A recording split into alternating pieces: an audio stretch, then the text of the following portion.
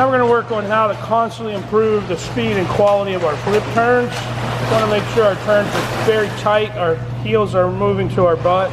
We're not flipping our calves up in the midair. We want to make sure we're driving our head down and then our waist.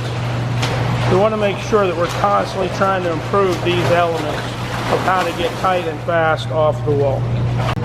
So we're going to warm up on a regular basis with a 200 drill. We're going to do 2 flip turns of different types. The first one is our 270 flip turn. We're going to take the best turn, much like our 360 and our 5-stroke flip turn.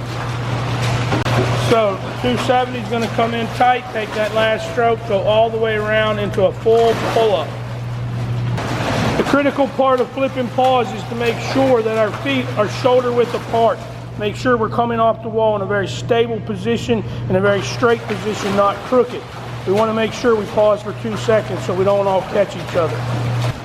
The easiest speed we have is focusing on that glide. Long distance, widespread feet, gliding, gliding, gliding, and then we break into our body dolphin and break out.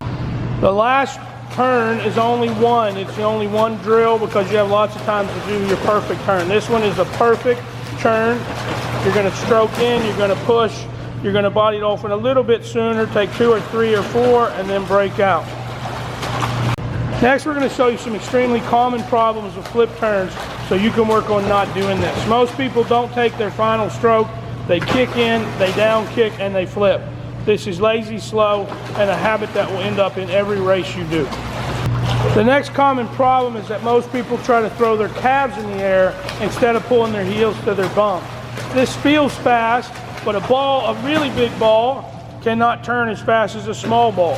So when you make yourself a big ball and throw your feet in the air, you do not make your turn near as fast. Another very common problem is not stroking right up to the wall, not pulling yourself fast into the turn.